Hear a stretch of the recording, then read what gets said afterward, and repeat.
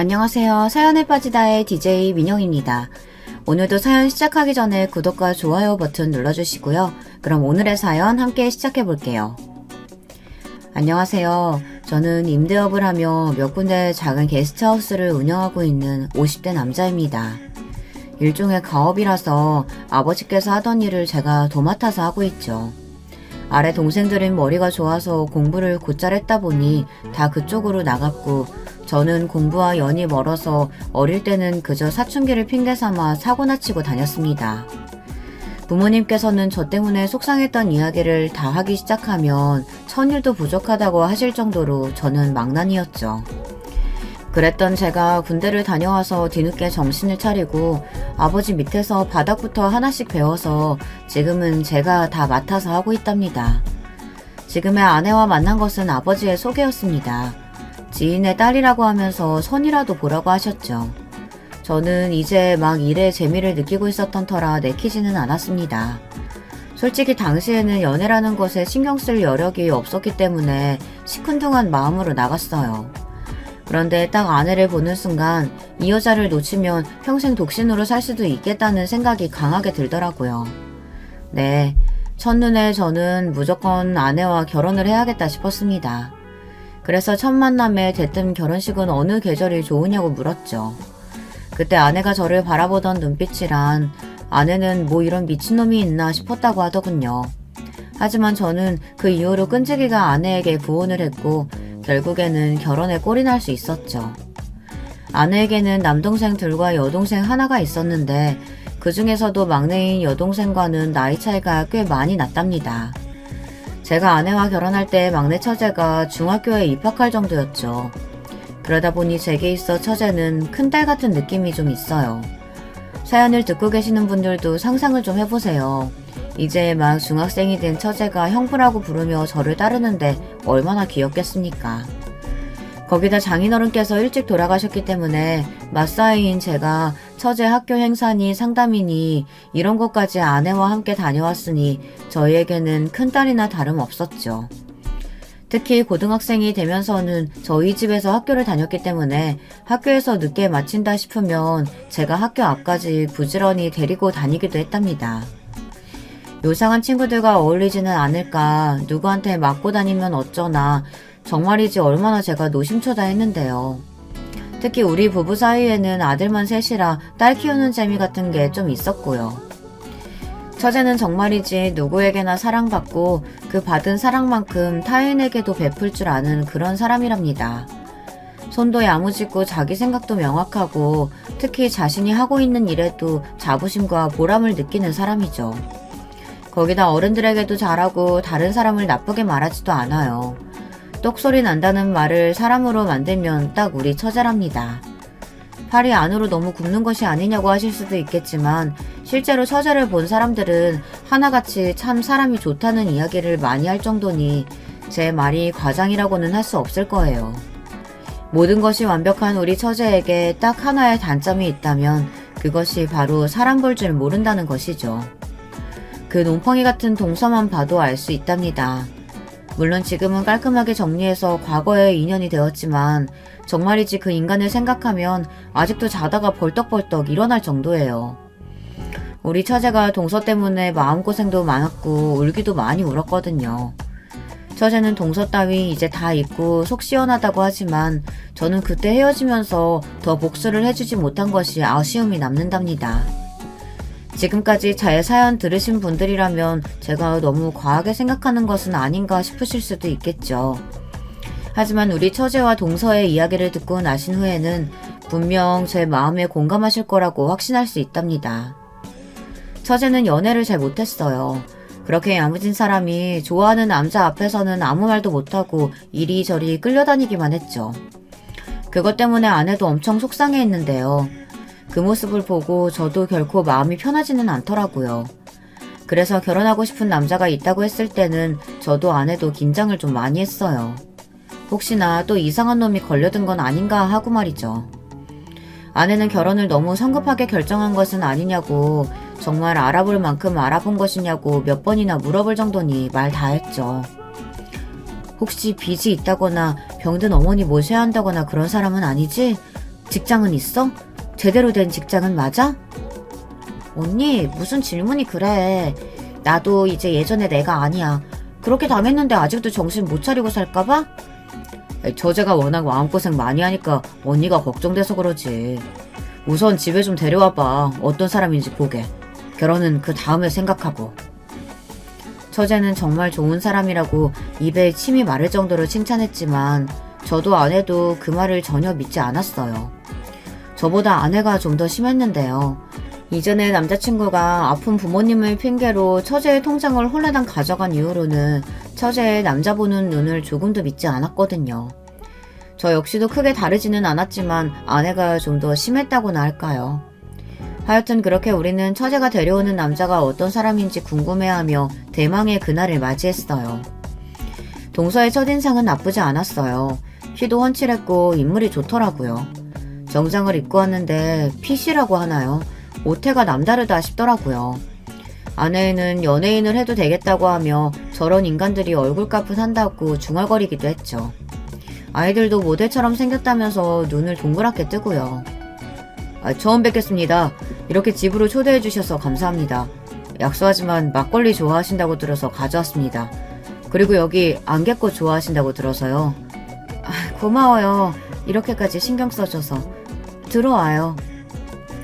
동서는 약간은 굳은 얼굴이었지만 싹싹하게 인사하곤 집으로 들어왔어요. 저는 평소에 말이 많은 편이 아니라서 그날도 그저 동서의 행동을 유심히 살펴보기만 할 뿐 크게 가타부타 말하지는 않았죠. 저녁 식사가 끝나고 디저트를 먹는데 아내가 궁금한 것들을 물어보기 시작했어요. 부모님은 계시는지, 직장은 다니고 있는지, 구체적으로 무슨 일을 하는지 등등 누구든 물어볼 법한 내용들의 이야기를 하고 있었죠. 동서는 미리 준비라도 한 사람처럼 거침없이 대답을 하더라고요. 부모님께서는 일찍 돌아가셨지만 동생이 하나 있고 지금은 생산직에서 일하고 있다고 말이죠. 아내는 만족스러운지 고개를 끄덕이면서도 뭔가 석연치 않은 표정이었어요. 그래도 그동안 처제가 만났던 남자들 중에서는 괜찮은 쪽에 속하기는 한다 싶었답니다. 어때? 사람 괜찮지? 지금껏 네가 만났다는 놈들보단 낫지만 그래도 뭔가 좀... 언니도 참... 나 이번에는 진짜 괜찮은 사람 만난다니까? 형부도 가만히 있지만 말고 말 좀 해봐요. 어땠어요? 괜찮았죠? 눈을 빛내며 물어보는 처제 앞에서 저는 차마 아내와 같은 생각이라고는 말 못했어요. 그저 한 번 본 사람을 누가 알 수 있겠냐 말하며 대답을 피할 뿐이었죠. 하지만 저나 아내의 반응이 처제는 못마땅한 것 같았어요. 저는 그저 결혼이 급한 것도 아닌데 뭘 그렇게 서두르고 있냐고 천천히 좀 보자고 할 뿐이었죠. 그 뒤로 몇 번의 더 만남이 있었어요. 생일과 같은 중요한 가족 행사에 초대하기도 했고 가족끼리 떠난 캠핑에도 함께했죠. 처제에게서 무슨 말을 들은 것인지는 모르겠지만 동서는 우리 가족에게 살갑게 정말 잘하더라고요. 아내도 그런 모습에 점점 마음을 열어가고 있었죠. 저 역시 그때까지만 해도 이번에야말로 우리 처제의 눈에서 눈물나게 하는 놈은 아니겠구나 하고 믿었답니다. 제 발등을 제가 찍은 거나 다름없었지만 말이죠. 사건은 결혼 직후부터 벌어졌습니다. 갑자기 동서가 멀쩡하게 다니던 회사를 그만두고 사업을 시작하겠다는 거 아니겠어요? 사업이 쉽게 시작할 수 있는 것도 아니고 계획도 확실해야 하지만 자금도 그만큼 준비가 되어 있어야 하는 것이다 보니 쉽게 응원할 수가 없겠더라고요. 처제의 말로는 온라인 쇼핑몰이라 초기 자금이 많이 필요한 것은 아니라고 하더군요. 그리고 지금 살고 있는 집에서도 충분히 할 수 있기 때문에 걱정할 것이 없다고도 하고요. 제가 구식이라서 그런 건진 몰라도 아무리 온라인 쇼핑몰이라고 해도 갑자기 준비된 것도 없이 덜컥 연다고 해서 일이 잘 풀린다는 보장은 없지 않겠습니까? 저는 동서의 그런 마인드를 조금 더 이해할 수가 없었어요. 그러니 좋은 말이 나오지는 않았고요. 구체적으로 어떤 일을 할 것인지, 그 쇼핑몰이라는 곳에서 무엇을 팔 것인지 생각은 다 해봤나? 경쟁력을 얼마나 갖출 수 있는지 계획은 세워봤고, 하루아침에 멀쩡하게 다니던 회사 그만두고 온라인 쇼핑몰을 하겠다는 말을 하려면 그 정도는 준비가 되어 있어야지. 오랫동안 고민했던 일입니다. 말씀처럼 온라인 쇼핑몰이 한두 군데도 아니니 당연히 힘들 수 있겠죠. 하지만 초기 자본이 많이 들어가는 것도 아니고 저도 하면서 이리저리 부딪혀 보다 보면 길이 생기지 않을까요? 하다 보면? 동서, 지금 동서가 어디 혼자야? 가족이 있는데 가족 생각은 전혀 안 하나? 어떻게 하다 보면이라는 소리를 할 수가 있어? 저는 동서의 그 어정쩡한 반응에 뚜껑이 확 열리는 것 같았습니다. 당연히 하다 보면 노하우가 생기겠죠. 그런데 그 하다 보면이라는 단계에 들어가기 전에 어느 정도 계획이 있어야 할 거 아니겠어요. 사연을 듣고 계시는 분들 중에서 쇼핑몰 운영하시는 분들도 계실 텐데 한번 물어보고 싶네요. 시작하실 때 그냥저냥 흘러가듯 일을 시작하셨냐고 말이죠. 제가 자신하건대 아마도 그렇다고 대답하시는 분들은 하나도 없을 겁니다. 준비를 하고 시작해도 쉬운 일이 아닌데 하면서 알아가겠다니 지금 생각해도 짜증이 확 올라오네요. 하여튼 제가 격하게 반대를 하고 나서자 아내도 거들며 정확한 계획을 세워서 오라고 했죠. 그렇게만 하오면 자금을 도와줄 수 있다고 하면서요. 아내의 말에 동서의 눈이 휘둥그레 하더니만 꼭 아내를 만족시킬 수 있는 계획서를 가져오겠다고 말했어요. 저는 그런 동서를 뒤로하고 처제에게 잘 생각하고 결정해야 한다고 말했죠. 그렇게 퇴사 사태가 벌어지고 6개월의 시간이 흘렀을까. 갑자기 동서가 퇴사를 하고는 사업을 하겠다고 하더군요. 저와 아내는 또 라는 생각으로 한숨을 쉬었죠. 하지만 이번에는 거창한 사업 계획서까지 가지고 와서는 고향 친구와 함께 선물 상자를 만들어 납품하는 일을 하겠다고 하더라고요. 갑자기 무슨 선물 상자를 만드냐고 생각했지만 동서는 진지하다고 하면서 사업 계획서를 꼭 봐달라고 하더라고요. 거기다 처제까지 설득당했는지 동서가 하고 싶은 대로 하게 두고 싶다고 했죠. 처제, 그게 무슨 말이야. 사업을 하게 두고 싶다니. 회사 일이 적성에 잘 안 맞나 봐요. 축 처진 어깨 보고 있는 것도 마음 쓰이고 쇼핑몰 같은 엉뚱한 것도 아니고 고향 친구랑 둘이서 계획서도 그럴듯하게 세웠더라고요. 거기다 상자 디자인이며 저도 도움이 될 수 있을 것 같아서요. 세상에 적성 맞는 일 하는 사람이 몇이나 된다고. 어깨 좀 처진 거 가지고 그렇게 마음이 약해지면 어떻게 하자는 거야. 요즘 사람들 2년 3년 정도 일하면 일종의 병처럼 다른 일 하고 싶어진다고 하던데 그것도 한때야. 한때라고 하고 넘기기에는 그이가 진짜 준비 많이 했어요.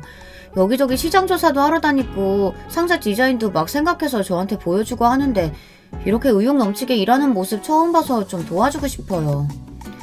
처제는 정말 괜찮겠어? 처제 일도 힘들잖아. 그런데 선물 상자 디자인까지 해가면서. 처제는 자신이 하는 일과는 그 결이 다르기 때문에 충분히 가능하다고 웃으며 말했어요. 처제는 속옷을 디자인하는 일을 하고 있었거든요. 아내는 차라리 처제가 사업을 하겠다고 하면 믿음직스럽기라도 하지 이게 다 무슨 일이냐며 걱정이 태산이었죠. 하지만 결국 처제의 부탁을 못 이기는 척 초기 자금을 보태라고 1,000만 원을 내어주기도 했죠. 초반에는 여기저기 영업도 열심히 하고 디자인도 고민해가며 열정적으로 일을 하는 것 같았어요. 우리가 괜한 걱정을 했구나 싶은 생각이 들었죠. 실제로 거래처도 꽤나 생긴 눈치였어요. 가족 모임에도 바쁘다고 얼굴을 잘 비추지 않았거든요. 아내와 저는 가족 모임에 혼자 온 처제를 바라보며 대박까지는 바라지 않는다고 하면서 앞으로도 지금처럼 꾸준하게 일할 수 있기만 바란다고 웃어넘겼죠. 그런데 그 열정은 딱 6개월을 가더군요. 하루는 처제가 한숨을 내쉬며 사업을 접기로 했다는 이야기를 하더라고요. 갑자기 그게 무슨 소리냐고 물었지만 이유는 좀처럼 말하지 않더군요. 아내도 놀라서 닥달하자 결국 처제는 처음에는 선물 상자나 종이 가방이 잘 팔렸는데 언제부터인가 영업이 끊기더니 결국에는 적자만 이어진다고 고백했습니다. 그러다 보니 동서가 의욕을 잃었고 회사도 제대로 나가지 않는다고 말이죠. 기가 찼죠. 그럼 사업을 시작하자마자 술술 풀릴 것이라고 기대를 했다는 말인가 싶었어요. 동업자도 동서의 그런 모습에 치를 떨며 사업에서 손을 떼고 싶다고 말했다더군요. 저는 당장 동서를 집으로 불러서 이게 다 무슨 일이냐고 물었어요. 동서는 머뭇머뭇거리면서 아무래도 자기가 계획을 세운 것과는 다르게 흘러가기 시작하더니 걷잡을 수 없이 사태가 변해갔다고 말했죠. 무슨 계획을 어떻게 세웠는지 모르겠지만 고작 6개월 일했으면서 뭐 그리 드라마틱한 변화를 바란 거야. 그럼 갑자기 대박이라도 터질 거라고 생각했나? 그랬어? 그래도 제가 열심히 이렇게 하는데 상황은 나아져야죠. 점점 퇴보한다는 게 말이 됩니까? 세상 일이 뜻대로 다 흘러가면 사업에 실패하는 사람이 왜 생기겠나? 성공 사례라는 말이 왜 있겠어? 그럼 처음부터 이런 상황은 생각도 안 했다는 말이야? 사업을 하려면 최악의 상황도 항상 생각하면서 움직여야지. 제 잔소리에도 동서는 고개만 숙이고 있을 뿐 어떻게 하겠다는 말이 없었어요. 결국 정말 사업을 접을 생각이냐고 물었죠. 그랬더니 다른 일을 해보고 싶다고 하더군요. 그러면서 공장에서 물건을 가져와서 파는 일을 하겠다고 말이죠. 저는 너무 어이가 없어서 무슨 물건을 받아올 생각이냐고 물었더니 지금부터 생각해보겠다고 답했어요. 저는 그런 동서의 말에 그만 폭발하고 말았습니다. 아직도 정신을 못 차렸어? 그런 정신머리로 무슨 사업을 한다는 말이야? 다 필요 없으니까 전부 정리하고 취직이나 해. 그저 달마다 월급 따박따박 받을 수 있는 그런 곳으로. 딱 그런 곳이 자네한테 맞을 테니까. 형님, 아무리 제가 실패를 좀 했다고 해도 어떻게 그렇게 말씀을 하십니까? 내가 지금 자네 실패 때문에 이렇게 말하는 것 같아? 내가 말하는 건 결과가 아니야. 지금 자네 정신 상태지? 제 호통에 동서는 기분이 상했는지 벌떡 자리에서 일어나더니 인사도 없이 나가버렸어요. 중간에 있던 처제는 어쩔 줄 몰라하며 제 눈치를 살피기만 했죠. 저는 처제에게 또 사업 이야기하거든 무조건 말리라고 말했어요. 처제도 알겠다고 고개를 끄덕였지만 저는 알 수 있었죠. 절대 제가 말한 대로 흘러가지는 않을 것이라는 사실을요. 아니나 다를까 사업을 접는다던 동서는 사무실을 정리하고는 마스크를 만드는 공장을 인수하겠다고 하더군요. 마스크뿐만 아니라 물티슈나 가게에서 사용하는 물수건 등을 만들어낼 수 있는 공장이라고 했어요. 저는 무슨 돈이 있어서 그런 공장을 인수하려 하느냐고 물었어요. 아내가 한숨을 내쉬더니 처제 이름으로 대출을 알아보는 중이라고 했습니다. 저는 당연히 동서 이름 두고 왜 처제 이름으로 대출을 받느냐고 했지만 신용 점수가 낮아서 대출이 나지 않는다는 답변을 들을 수 있었답니다. 아니, 신용도 제대로 없는 놈이 사업은 무슨... 내가 그렇게 말리라고 했는데 처제는 뭐하고 있는 거야? 그게 뜻대로 안 되나 봐요. 아주 막무가내로 나오는 모양인데 진짜 이러다 막내 빚더미에 올라오는 거 아니겠죠? 예전에 만나던 그 새끼 때문에 생긴 빚도 겨우 갚았는데 아휴, 진짜 지금이라도 확 이혼시킬까요? 무슨 핑계로 그놈이 이혼하자는 소리에 그렇게 하겠다고 잘도 나오겠다. 저와 아내는 땅이 꺼져라 한숨만 내쉴 뿐 뾰족한 수는 없었어요. 저는 며칠을 고민하다 결국은 처제를 불렀죠. 처제는 죄인처럼 고개를 푹 숙이고는 아무 말도 않더군요. 저는 그런 처제에게 대출을 받으려는 금액이 담긴 통장과 서류를 내밀었어요. 통장을 확인한 처제는 동그랗게 눈을 뜨고는 이게 다 무슨 돈이냐고 물었죠. 저는 당연히 빌려주는 것이며 이자는 1%로 하겠다고 말했어요. 처제의 눈에는 금세 눈물이 차올랐죠. 저는 그런 처제에게 휴지를 건네주면서 사무실로 쓸만한 건물도 하나 보여주었어요. 때마침 동서가 생각하는 공장과 멀지 않은 곳에 건물이 하나 나와 있더라고요. 저는 처제에게 절대로 제가 빌려줬다는 소리는 하지 말라고 신신당부를 했어요. 제가 이 정도의 돈을 굴릴 수 있는 사람이란 것을 동서가 알면 지금보다 더 터무니없는 짓을 저지를 것 같았거든요. 처제는 절대 말하지 않겠다는 약속과 함께 이번에는 무슨 일이 있어도 중간에 그만두지 않도록 하겠다고 다짐을 하고 갔어요. 하지만 사람의 본성이 어디 갑니까? 저는 처제의 약속처럼 흘러갈 것이라고는 조금도 생각하지 않았어요. 그래서 이왕 도와주는 김에 자리는 잡을 수 있도록 해야겠다 싶었죠. 자리를 잡고 나면 나중에 나가 떨어지는 행동은 하지 않을 거라고 기대하기도 했고요. 우선은 제가 운영하는 게스트하우스에 배치되는 물건들은 전부 다 동서를 통하기로 했어요. 그리고 관리하는 건물에 새들어 있는 가게들에게도 필요한 물건을 동서에게 주문할 수 있도록 거래를 터주었죠. 물론 그 부탁을 하면서 월세를 낮춰주기도 했고요. 같은 업종에서 일하는 지인들에게도 비슷한 도움을 부탁했어요. 거기다 학창시절 같이 나쁜 짓 하던 녀석들에게도 말해서 거래처를 늘려주었답니다. 나름 암암리에 부지런히 움직였던 것이 도움이 된 것인지 동서의 회사는 금방 자리를 잡더라고요. 물론 동서는 자신이 잘해서라고 생각하고 있었지만요. 아내는 제가 너무 무리하는 것은 아닌가 걱정했어요. 과거의 인연까지 소환해서 도움을 줄 것이라고는 생각도 못했던 탓이겠죠. 하지만 그보다는 혹시나 그 인연이 제게 나쁜 영향이라도 주면 어떻게 하나 싶어 걱정을 하는 것이 눈에 보였답니다. 저는 절대로 예전처럼 살지는 않을 테니 걱정하지 말라고 하며 아내를 다독여 주었습니다. 그렇게 시간은 1년이 흘렀습니다. 처제는 한층 밝아진 얼굴이었죠. 동서는 잔뜩 어깨에 힘을 주고 우리 집에 오기 시작했고요. 유명한 술이라고 하며 고가의 선물을 가져오기도 했죠. 딱 거기까지만 했으면 좋았을 텐데 동서는 점점 선을 넘는 말을 하기 시작했어요. 한 번은 갑자기 여름에 가족끼리 발리로 여행을 가자고 하더라고요. 당연히 무슨 발리냐고 물었죠. 그랬더니 동서는 매년 다 낡은 강원도 펜션을 빌려 보내는 것도 지루하지 않느냐며 발리에 가서 제대로 휴가를 즐겨보자고 했어요. 동서가 말했던 곳은 가족들 별장이었는데 동서는 그곳을 빌린다고 알고 있었던 모양이더라고요. 아내가 나서서 한 소리 하려는 것을 제가 막아서며 발리로 가자고 말했죠. 동서는 자신이 다 준비하겠다고 큰 소리 치더라고요. 저는 고개만 끄덕였죠. 여행은 어땠느냐고요? 시작부터 끝까지 제게는 인내의 시간이었습니다. 저를 살살 긁는 동서를 참아주는 것이 무척이나 힘들었거든요. 동서는 비행기를 타는 순간부터 시작해서 머릿속 필터를 상실한 사람처럼 굴었어요. 형님, 비행기는 타보셨습니까? 제가 특별히 비즈니스석으로 준비했는데 아마 이런 비행기는 형님 평생의 처음이자 마지막이 될 정도일 겁니다. 저 정도 되니까 이렇게 가족들 다 비즈니스를 준비했지 형님이었으면 어림도 없죠. 여보, 제발 그만 좀 해. 진짜 왜 이래? 왜? 내가 없는 말 했어? 그리고 이번에 잡은 숙소도 또 예술인데요. 형님도 잘 봐주셨다가 그 게스트하우스 인테리어 좀 고쳐보세요. 젊은 애들이 모일 수 있는 그런 주제가 있어야죠. 그렇게 했다가는 금방 망하십니다. 제가 손 좀 봐드려요? 말은 고맙지만 내가 충분히 알아서 잘하고 있으니까 자네는 자네 걱정만 하게. 동서는 이렇게 승승장구하고 있는데 걱정할 일이 뭐가 있겠느냐고 말하며 자기 도움이 필요하면 주저없이 말하라고 하더군요. 저는 알겠다고 짧게 대답하고는 여행 내내 되도록 동서와는 길게 말을 섞지 않겠다는 다짐을 했죠. 하지만 동서는 잠시도 쉬지를 않더군요. 가족여행인지 저한테 자랑하기 위한 여행인지 혼란이 올 정도였어요. 이름이 있는 와인을 권하며 싸구려 막걸리는 그만 마시고 이런 고급스러움을 좀 배워보라고 말하질 않나. 저녁 식사를 먹으면서도 엄청 유명한 셰프가 요리하는 곳이며 양이 좀 적게 나오더라도 이해하라고 하더군요.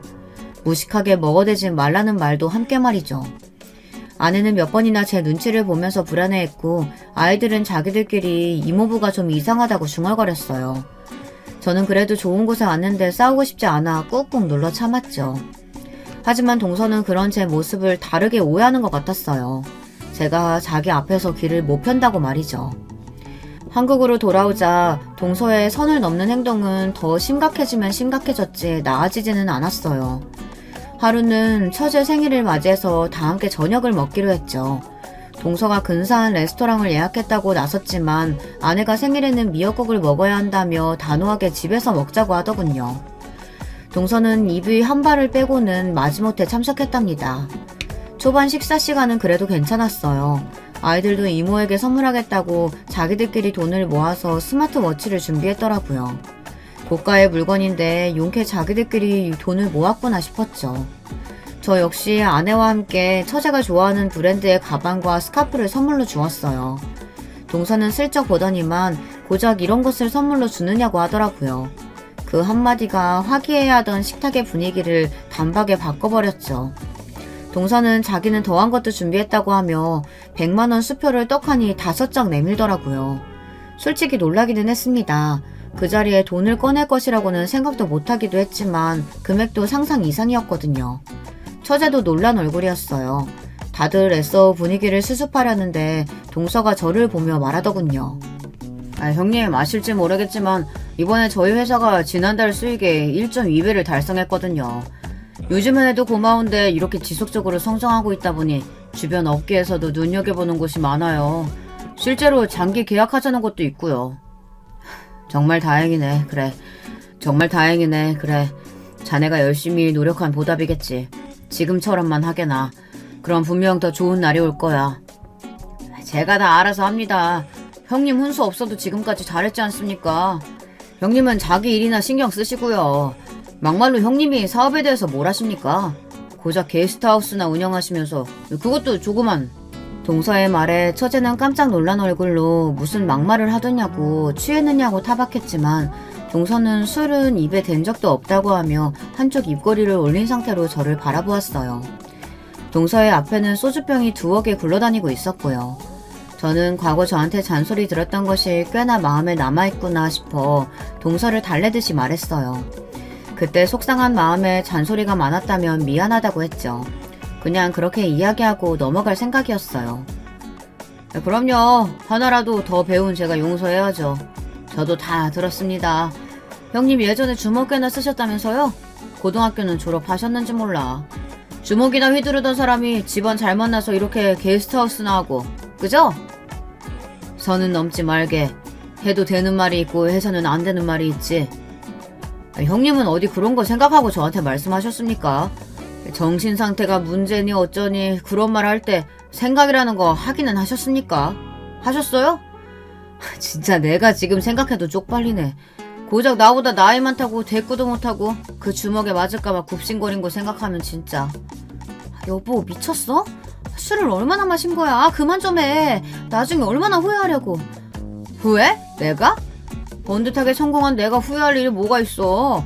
당신이야말로 나한테 잘해. 나중에 쫓겨나지 말고. 당신이 나 하는 일에 도움이 눈꼽만큼이라도 돼야지 말이지.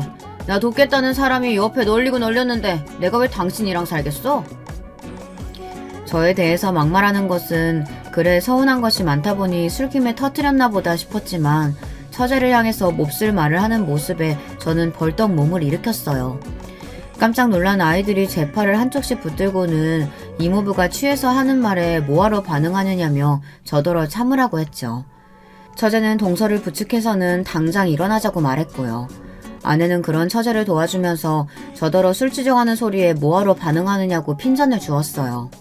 하지만 그렇게 말하는 아내의 표정도 딱딱하게 굳어 있었죠. 다음날 동서는 자신이 실수했다며 바로 연락이 왔어요. 본심이 아니었다고 말하면서 앞으로는 술을 끊겠다고 다소 과장된 소리도 하더군요.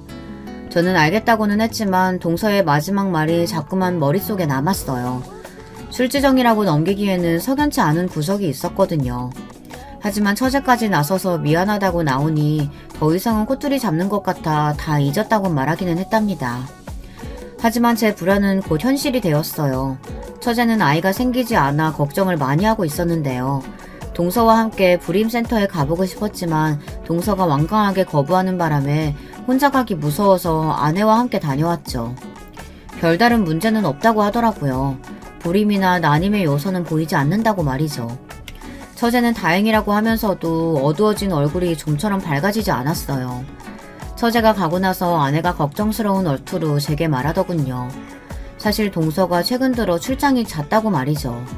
바람이라도 난 것은 아닌가 싶어서 비서한테 슬쩍 물어보면 거래처 영업을 직접 다니는 것이 확실하다고 하더라고요. 실적을 그만큼 쌓고 있다고 말이죠. 아내는 처제가 혼자서 소갈이하는 모습에 마음이 쓰인다고 하더니 한 며칠을 우리 집에서 보내게 하고 싶다고 하더군요. 저는 당연히 환영이었죠. 그리고 무슨 일이 있는지 알아볼 테니 너무 걱정하지 말라는 말로 아내를 달래주었답니다. 사실 이때까지만 해도 무슨 일이 있을까 했어요. 그저 돈 버는 일에 재미를 좀 들였나 보다 했죠. 과거에 했던 말이 떠오르기는 했지만 저는 동서를 믿었습니다. 적어도 처제에게만큼은 상처를 주지 않을 것이라고 말이죠. 아마 사연을 들으시는 분들은 무슨 근거로 믿을 수 있느냐고 한심해하실 수도 있겠죠. 저도 지금 생각하면 근거도 없이 바보 같은 짓을 했구나 싶거든요. 저도 이런데 듣는 분들은 오죽하시겠습니까? 제가 진실을 알게 된 것은 처제가 독감을 핑계로 우리 집에서 지내고 있을 때였어요. 나름 그 지역에서는 고급으로 분류되는 술집을 운영하는 친구가 사진 하나를 보내주었죠. 동서 아니냐며 말이죠. 흐릿한 사진이긴 했지만 저는 동서를 단박에 알아볼 수 있었어요. 하지만 제 시선은 동서의 곁에 앉은 숱한 여자들과 또래로 보이는 남자들의 모습을 훑고 있었어요. 저는 친구에게 당장 좀 만나자고 하곤 어떻게 된 사진이냐고 물었어요. 그 꼬맹이 남편 맞지? 왜 너 결혼할 때 재수씨 옆에 있던 형수님이겠지. 하여튼 그래, 우리 막내 처제 남편이야. 이 녀석이랑 같이 있는 사람은 누군데? 너희 가게 사람들이야? 아니, 같이 들어온 인간들인데. 아이씨, 너 이렇게 얽히는 꼴 보기 싫어서 말 안 하려고 했는데 좀 수상쩍어서. 그 같이 있는 새끼 우리 동네에서 유명해, 약쟁이로. 여기저기 약 공급하는 놈인데 꼬리가 좀처럼 잘 밟히질 않거든. 저는 머리를 세게 한 대 맞은 기분이었어요. 담배도 안 피운다고 들었기에 충격은 더했죠. 하지만 거기서 끝이 아니었어요. 옆에 앉은 여자 한 명을 찍어주더니 아무래도 보통 사이가 아닌 것 같다고 말했죠. 그러면서 두 인간이 키스하는 사진을 보여주었어요. 그것도 화장실에서 말이죠. 저는 입이 떡하니 벌어졌어요.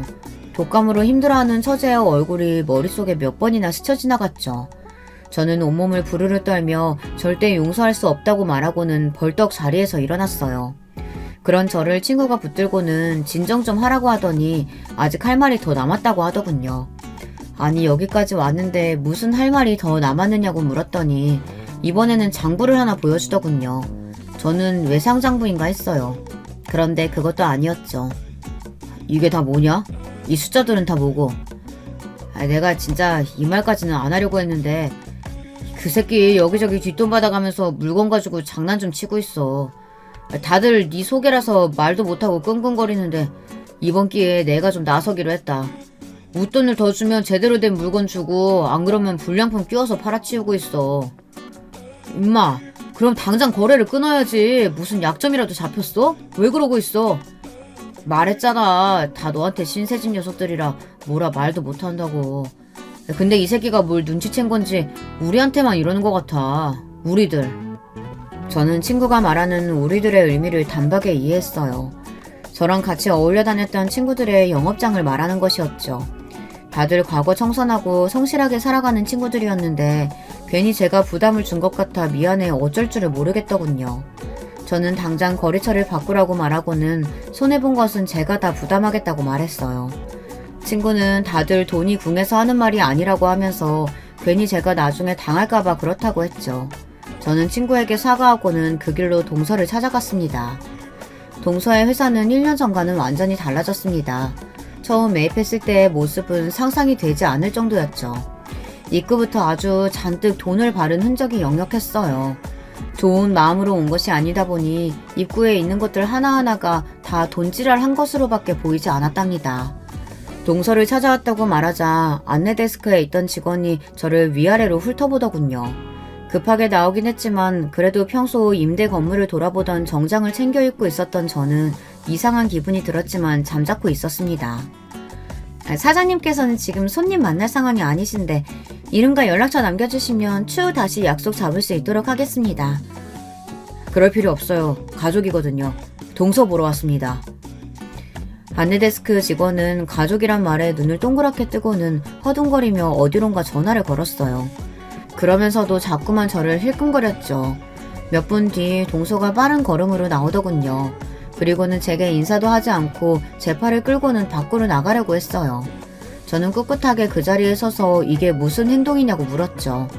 동서는 속삭이에 든 낮은 목소리로 빠르게 말했어요. 형님, 여기가 어디라고 그런 거짓골로 오십니까? 진짜 제 체면도 있지 너무하십니다. 뭐? 거짓골? 남들이 보면 뭐라고 하겠습니까? 사장 형님이라는 사람이 다 낡고 유행도 지난 거적대게 걸치고 와서 찾더라. 이 소리밖에 더 하겠습니까? 막말로 경비하러 왔어요? 짜증나게 좀 하지 말고 나가자고요. 왜 연락도 안 하고 나타나서는. 저는 그런 동서의 팔을 뿌리치고는 방금 한 말을 다시 해보라고 말했어요. 저의 분위기가 심상치 않게 흘러가자 동서는 미간에 주름을 잡으며 넥타이를 거치게 풀곤 알 수 없는 말들을 중얼거렸어요. 자세하게 듣지는 못했지만 욕이 중간중간 들리더군요. 저는 좀 더 큰 소리로 다시 말해보라고 했어요. 이래서 무식하게 주먹이나 휘두르는 인간이랑은 상종하지 말라는 말이 괜히 있는 게 아니었어. 왜요? 한 대 치시려고요? 치세요. 누가 손해인데요? 내가 무슨 짓 할 줄 알고 이렇게 큰 소린가? 자네, 내가 가진 것이 뭔 줄 알고? 와, 이제는 주먹 대신 모로겁 주려고요? 마음대로 해보세요. 형님이 아무리 날뛰어봤자 타격이랑은 눈꼽만큼도 없을 테니까. 자꾸 이렇게 저 자극하시면 손해보는 건 제가 아닐 테니까 각오 좀 하시고요. 동서는 눈에 비웃음을 가득 담은 상태로 직원들 앞에서 더 이상 춘태 부리지 말고 나가라고 했죠. 빨리 나가지 않으면 사람을 불러서 끌어내겠다는 말과 함께 말이죠. 저는 기가 차더군요. 조용히 처리하려고 왔는데 그런 마음이 싹 사라졌습니다. 저는 동서가 보는 앞에서 바로 전화를 걸었어요. 동서는 팔짱까지 끼고는 뭐든 해보라는 액션을 취했죠. 전화를 받는 소리와 함께 스피커폰으로 전환시켰어요. 아이고 사장님, 무슨 일로 전화를 다 주셨습니까? 별일은 아니고요. 작년에 그 건물 기억하십니까? 그럼요. 요즘 무슨 마스크 공장인가 뭔가 그곳을 사무실로 쓰고 있는 건 말씀하시죠? 갑자기 그 건물 매입하셔서 제가 얼마나 놀랐는데요. 솔직히 그런 곳이 어디 사장님이 눈여겨보실 건물입니까? 남자의 말에 동서의 얼굴에 점점 미소가 사라지기 시작했습니다. 실시간으로 사람 표정이 바뀌는 모습을 코앞에서 보고 있으니 꽤 재밌더라고요. 저는 동서를 똑바로 바라보며 말했습니다. 거기 임대 해약하고 건물을 리모델링 할까 하는데요. 언제까지 가능하겠습니까? 거기가 지금 임대 기간이 끝나가고 있으니까 이달 안으로는 정리될 겁니다. 말도 안 돼. 누구 마음대로. 저는 고맙다는 말과 함께 전화를 끊었어요. 동서는 사색이 된 얼굴로 저를 보고 있었죠. 그러더니 법적으로 이렇게 끝낼 수 있을 줄 아느냐며 소리를 지르더군요. 물론 평범한 임대인과 임차인이라면 이런 일이 말도 안 되겠죠. 하지만 동서는 모르고 있었어요. 처음부터 이 건물은 임대 형식이 아니었거든요. 저제가 말 안 했던가? 지인의 도움 받는다고 월세 없이 들어가기로 했다고. 대신 건물주가 원할 때는 바로 나간다는 계약 조건이 있다고 말이야. 그건 그럼 그 지인이라는 사람이 내가 자네한테 모진 소리도 많이 했고 그래서 기는 죽이지 말자 싶어서 불어 말 안 했지. 그런데 아주 난리도 아니었지. 내가 그동안 그 꼴 보면서 왜 말 안 했는지 알아? 다 처제 얼굴 봐서 참아준 것뿐이라고. 근데 감히 니놈의 처제를 두고 바람을 피워? 저는 주변 사람들 다 들으라는 식으로 소리를 높였어요. 어느새 직원들이 우리를 둘러싸고 있었죠. 동서는 당황하며 당장 자리로 돌아가라고 했지만 소용이 없었죠. 눈앞에서 사무실이 사라지는 것을 생생히 봤는데 어느 누가 동서의 말을 듣겠습니까? 동서는 절대로 이렇게 끝나지 않을 것이라고 소리를 지르더군요. 저는 어디 끝까지 해보라고 하곤 집으로 돌아왔습니다. 물론 마음 같아서는 그 자리에서 다 터뜨리고 끝내고 싶었지만 처제 마음고생한 시간에 비해 그렇게 끝내기에는 너무 아쉽다는 생각이 들더라고요. 집에 도착한 저는 이혼 전문 변호사뿐만 아니라 동서가 만나고 있는 사람들에 관한 조사를 시작했습니다. 돈을 좀 들이니 그런 정보들이 삽시간에 손에 들어오더군요. 정말이지 동서는 쓰레기 중에서도 극 폐기물이나 다름없었어요. 바람이라고 생각했던 여자는 바람 그 이상이었죠. 그 여자와의 사이에 자식도 있더라고요. 저는 절대로 곱게 추락하게 두지 않겠다는 결심을 하곤 모든 사실을 처제에게 말했어요. 처음에는 믿지 못하던 처제도 증거 앞에서는 더 이상 우기지 못했죠. 처제는 소리도 내지 못하고 그렇게 한참을 바닥에 엎드려서 울었어요. 아내와 저도 함께 울었습니다. 하지만 운다고 해서 해결되는 것은 없잖아요.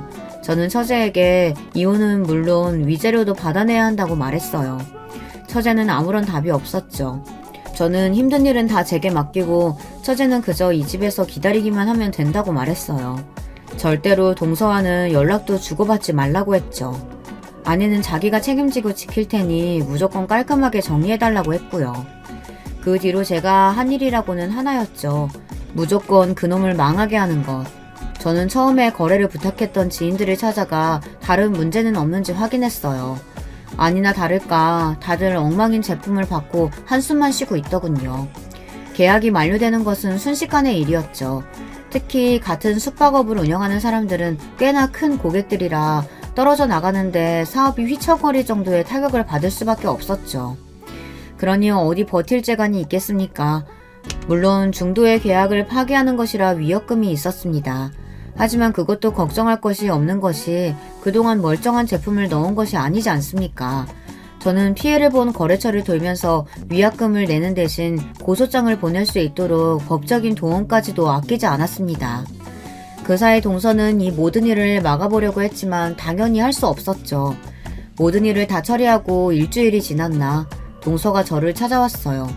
저더러 거짓골을 하고 찾아왔다고 화를 내더니만 본인이 진짜 거짓골을 한 상태였죠. 저는 무슨 일로 찾아왔냐고 물었습니다. 아무것도 모르는 것처럼 말이죠. 동서는 다짜고짜 제 앞에 머리를 조아리며 살려달라고 말했어요. 살려달라니? 남들이 보면 내가 자네한테 몹쓸 짓이라도 한 줄 알겠소. 나는 그저 도와줬던 것을 정리했을 뿐인데 말이야. 그렇게 잘난 사람이라면 이제는 내 도움 없이도 스스로 꾸려가야지. 안 그래? 형님, 제가 진짜 미쳤었나 봅니다. 앞으로 진짜 잘하겠습니다. 한 번만 살려주시면 제가 와이프한테도 잘하고 형님께도. 아니, 그럴 필요 없어. 자네는 잘할 필요 없네. 앞으로 남이 될 사이인데 뭘 잘한다고 그러나? 저는 동서에게 준비된 이혼 서류를 내밀며 사인을 하라고 말했어요. 동서는 절대 이혼은 못한다며 버티더군요. 우리 처제를 사랑한다는 말도 안 되는 소리를 하면서 말이죠. 저는 너무 어이가 없어서 아이와 아이 엄마는 어쩌고 그런 말을 하느냐고 했죠. 그랬더니 동서는 자기 아이가 아니라고 딱 잡아떼고는 그 여자도 스토커일 뿐 절대 불륜관계가 아니라고 답했습니다. 진짜 같은 남자로서 책임감이라고는 조금도 찾아볼 수 없는 동서의 모습에 혐오감까지 밀려왔습니다. 아니 적어도 자기 자식이 있는데 어떻게 저런 말을 할 수 있나 싶더라고요. 인간 대기는 틀렸다고 생각했지만 지금 보니 금수보다도 못한 놈이구나 싶었답니다. 그런 건 내 알 바 아니고 그냥 얌전히 사인하지 그래. 더 큰일 터지기 전에 말이지. 자네 그 더러운 입에 자꾸 우리 처제 이름 모르면 내가 여기서 멈추지 못할 것 같거든. 형님 진짜 믿어주세요. 저 열심히. 사인할 생각 없으면 꺼져. 형님 3번의 기회는 주셔야죠. 제가 바람을 피운 건 맞지만 그렇다고 와이프한테 못한 것도 아니지 않습니까? 기념일 잊지도 않았고 선물도 항상 챙겼다고요. 저만큼 와이프한테 잘하는 남자도 없습니다. 그러니까 그 점을 생각해서라도. 저는 더 이상 듣고 있다가는 귀가 썩지 않을까 싶은 생각이 들어 사람을 불러서는 당장에 끌어내라고 말했어요. 동서는 마지막까지 발버둥을 치더군요. 그렇게 쫓겨난 동서는 우리 집까지 찾아가서 문 앞에서 처제를 목 놓아 부르며 용서해달라고 했어요. 아마 처제라면 마음을 돌릴 수 있을 거라고 여긴 것 같았죠. 하지만 처제는 동서의 목소리만 들어도 부르르 떨면서 힘들어했어요. 그리고 그런 모습을 보고 있던 저는 아껴두었던 마지막 카드를 빼들었습니다. 검찰에 동서를 신고했죠. 회사 돈을 마음대로 쓴 것은 물론 불량품을 납품한 것까지 빼곡하게 적은 신고장을 넘겨주었어요. 혹시나 이 정도로는 그냥 벌금으로 끝날까 싶어서 친구에게 받은 정보까지도 넘겼죠. 약쟁이와의 연관성까지도 슬쩍 흘렸더니 반응이 바로 오더군요. 동서의 구속영장 발부 소식은 금방 알려졌습니다. 당연히 회사는 공중분해될 위기에 빠졌고요. 다들 제가 공장까지 밀어버릴 것이라고 생각하는 것 같았어요. 그리 큰 회사는 아니었지만 저는 전혀 그럴 마음이 없었답니다. 거기서 일하는 사람이 무슨 죄가 있겠어요. 그저 자신이 할 수 있는 일을 묵묵하게 했던 사람들인데 고작 동서 하나 때문에 길거리로 내보낼 필요가 있겠습니까? 대신 저는 공장의 기계를 바꿀 뿐만 아니라 몇 가지 더 들여놓은 것으로 새로운 공장을 열 수 있도록 했죠. 직원들도 대부분 그대로 일하게 했고요. 그리고 그 공장과 사무실을 고스란히 처제에게 주었습니다. 동서와의 일이 상처가 되었던 처제는 좀처럼 기운을 차리지 못했어요. 의욕이 없다고나 할까요? 다니던 회사도 결국은 그만두고 집에만 있으려고 하는 처제를 끌고 회사를 찾아갔습니다. 처음 공장으로 왔을 때는 처제도 아내도 안색이 어두웠어요. 잊고 싶은 기억의 장소로 제가 데려왔으니 말이죠. 그런 두 사람의 표정은 금방 놀람으로 바뀌었어요. 평소에 큰 소리 내지 않던 아내도 깜짝 놀라더군요. 마스크를 만들어내던 작은 공장은 다른 기계들까지 들여서 소규모 의료 공장이 되었거든요. 앞으로 처제가 디자인하는 옷들이 만들어질 그런 공장 말이죠. 형부, 이게 다 뭐예요? 저 같은 사람이 뭐가 예쁘다고. 형부랑 언니 힘들게만 했는데. 처제는 눈물까지 뚝뚝 흘리며 자신이 밉지 않느냐고 했어요. 바보같이 남자한테 속아서 겪지 않아도 될 일까지 겪게 만들었는데 자기라면 미울 것 같다고 했죠. 저는 그런 처제의 어깨를 토닥이며 처제의 잘못도 아닌데 왜 처제를 미워해야 하느냐며 대답했습니다. 제 눈에는 아직도 막 중학교에 입학한 모습 그대로이며 평생 그럴 것이라고도 말이죠. 제 말에 아내도 처제도 펑펑 눈물을 흘렸습니다. 이렇게 모든 일이 정리되는 것 같았습니다. 하지만 딱 하나 해결되지 않은 문제가 있었어요. 동서가 자취를 감춘 것인지 잡혔다는 소식이 들리지 않았죠. 아직 이혼 서류를 마무리하지 않은 상황에서 연락이 끊겼으니 이걸 어떻게 해야 하나 걱정이 되었거든요. 그런데 그것도 오래가지는 못했어요. 동서와 불륜관계를 맺고 자식까지 낳아 키우던 여자가 자기 손으로 동서를 신고했거든요. 뻔한 일 아니겠습니까? 동서가 사장 소리 들을 때는 그래도 떨어질 떡고물이 있으니 잘해줬겠지만 아무것도 남지 않은 도망자 신세의 남자를 그 여자가 받아줄 리가 있겠습니까? 덕분에 이혼 절차도 손쉽게 밟았죠. 끝까지 이혼은 못한다고 버티던 동서도 결국에는 다 포기하고 사인을 하더군요. 그 와중에도 이혼 서류 사인을 거래로 삼아 형은 피하게 해달라고 하는데 정말이지 어처구니가 없었죠. 저는 지인들의 손해배상 고소는 막아주겠다고 했습니다. 사실 그 사람들을 소개시켜준 건 저니까 제가 피해를 갚아줘야 한다는 일종의 죄책감이 있었거든요. 이 모든 일이 지난 1년 사이에 있었던 일이었어요. 지금이야 처제도 활기 넘치는 작은 공장의 사장님이 되셨고 아내도 처제의 일이 재밌어 보이는지 거기에 출퇴근하고 있죠. 그놈은 초범이라 얼마 형을 살지 않고 나온다고 하는데 나온다고 해도 할 수 있는 것이 뭐가 있겠습니까? 만약 처제 근처에 나타나는 일이 생긴다면 제가 가만히 안 둘 작정이거든요. 저는 우리 가족들을 위해서라면 뭐든 할 준비가 되어 있는 사람이니까요. 마지막까지 저희 가족들의 이야기를 들어주셔서 정말 감사합니다. 여러분, 두 번째 사연 시작하기 전에 좋아요와 구독 꼭 눌러주실 거죠? 그럼 두 번째 사연 바로 시작합니다. 안녕하세요. 저는 경기도 수원에 거주하고 있는 50대 후반 여자입니다. 요즘 날씨를 보니 확실히 겨울이 다가오는 게 느껴지더라고요. 저는 겨울을 생각하면 유난히 생각나는 사건이 있어서 용기 내어 제보하게 되었습니다. 겨울은 저에게 정말 의미 있는 계절이거든요. 왜냐하면 남편을 처음 만난 계절도 겨울이었고 아이가 태어난 계절도 겨울이에요. 아주 어릴 때는 겨울을 싫어했는데 이런 경험들로 인해 오히려 좋아하는 계절이 되었습니다. 사실 저는 어릴 때 매우 가난했기 때문에 겨울을 좋아하지 않았죠. 당장 옷 입는 것부터 집안 공기까지 차가우니까 걱정하느라 시간을 다 잡아먹었던 기억이 나요. 저는 아버지가 없어서 어머니가 홀로 저를 키우셨거든요. 그래서 어머니는 돈이 되는 일이면 다 하셨습니다. 건물 청소부터 시작하셔서 식당 주방일도 하시고 길거리 가판대에서 양말이나 속옷을 팔기도 하셨고 안 해본 일이 없으세요. 와중에 세상은 돕고 살아야 한다고 하시면서 우리 형편보다 어려운 이웃들을 돕기도 하셨죠. 저는 어릴 때는 도저히 우리 어머니가 이해가 가지 않았어요. 당장 우리도 너무 힘든데 누가 누굴 돕겠다는 건지 어렸던 저는 잘 모르겠더라고요. 하지만 어머니는 우리가 이렇게 베풀어야 나중에 다 우리 복으로 돌아온다고 하시면서 봉사활동도 많이 나가셨어요.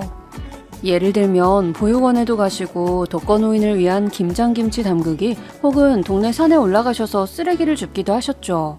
시간이 지나면서 아마 제가 고등학교 때로 기억하는데요. 그때부터는 저도 그런 어머니가 자랑스러워서 오히려 같이 봉사활동을 다녔습니다. 그리고 봉사활동은 제가 성인이 되고 나서도 꾸준히 했었는데 거기서 남편을 만나게 되었어요. 보육원에 가서 아이들과 놀아주고 또 원장님을 도와 이런저런 일들을 하는 봉사활동이었는데 남편도 마침 그 보육원으로 봉사활동을 왔었고 같이 봉사하며 연인으로 발전하게 되었습니다. 제가 남편을 만나면서 가장 놀랐던 점이 있는데 그것은 바로 남편도 홀어머니 밑에서 자랐다는 점이에요. 저는 처음에 그 소리를 듣고 우리는 정말 운명이라고 느낄 만큼 많은 위안을 얻었어요. 같은 공통점이 있다는 게 사람 사이 관계에서 정말 큰 영향을 미치더라고요. 물론 이 공통점 말고도 우리는 공통점이 많았기 때문에 별탈 없이 잘 사귈 수 있었죠. 제가 등산을 정말 좋아하는데 남편도 주말마다 등산을 간다고 하더라고요. 남들은 어디 유원지나 예쁜 곳을 찾아다닐 때 저희는 그래서 등산을 했던 기억도 새록새록 떠오르네요. 또 다른 공통점도 있었는데 저는 집안 형편이 너무 어려워서 대학에 진학하지 않았어요.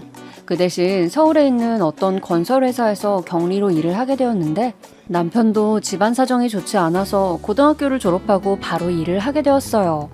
많은 공통점이 있어서 서로 위태로운 시기에 잘 의지하면서 버텼던 것 같습니다. 그런데 그렇게 한 3년 정도 만났을까요?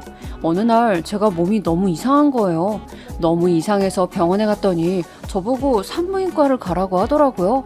그래서 바로 산부인과에 갔더니 세상에 제가 임신했다고 의사가 저한테 말씀하셨습니다. 자기야, 어떡해. 나 정말 너무 당황스러워. 자기야, 내가 어떻게든 책임질게. 일단 나쁜 생각은 하지 말자. 제가 막 당황해서 울고불고 난리를 치니까 남편은 일단 저를 안심시켰어요. 저는 아직도 제가 난리치던 명동거리가 머릿속에 생생히 기억날 정도로 그때의 일이 상당히 강렬해요. 사실 저는 아이를 낳고 싶었기 때문에 자기가 알아서 책임진다고 남편이 말하니까 속으로 되게 든든했던 기억이 나네요. 일단 저도 남편도 20대 초반이어서 모은 돈이 많지 않았고 부모님들도 당연히 임신해서 결혼하게 될 거라고는 생각지도 못했을 거예요. 그래도 뭐 어쩔 수 없잖아요. 저희는 아이를 지우기 싫고 낳고 싶으니 재빨리 각자의 어머니에게 알렸죠. 아, 이게 무슨 소리야, 정인아. 물론 우리 어머니는 제가 말하니까 정말 뒤로 넘어가셨습니다. 제가 남자친구가 있다는 사실은 물론 어머니도 알고 계셨지만 이렇게 빨리 결혼하게 될 거라고는 전혀 예상하지도 못하셨기 때문에 처음엔 반대를 정말 심하게 하셨어요. 그리고 설상가상으로 남자친구의 어머니도 반대하셨다고 하더라고요. 그런데 여러분, 그거 아시죠? 원래 사랑은 반대할수록 더 견고해지잖아요. 차라리 그래 너네끼리 알아서 살라 하셨으면 남편과 저는 막막해서 결혼하지 않았을 수도 있을 것 같아요. 그런데 양가에서 다 반대하시니까 저희가 무슨 드라마나 소설 속에 나오는 주인공이 된 것처럼 오히려 돈독해졌습니다.